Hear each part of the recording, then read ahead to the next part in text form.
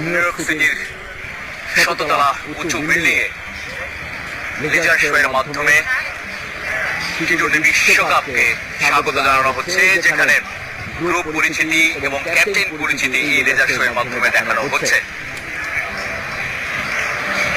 সেখানে শোভা পাচ্ছে ক্যাপ্টেন নাজমুল হোসেন শান্তর ছবিও এই বিল্ডিং এ লেজার শো এর মাধ্যমে দেখানো হচ্ছে। এবং আগামীকাল যেহেতু পর্দা উঠবে নিউ ইয়র্ক সময়ে এবং বাংলাদেশ সময়ে কাল সন্ধ্যায়, তার আগে বাংলাদেশ সময় ইনফ্যাক্ট আজই যারা শুনছেন, বাংলাদেশ তো এখন সকাল হয়ে গেছে, সকাল 7টার মতো বাজে। সবাইকে শুভ সকাল।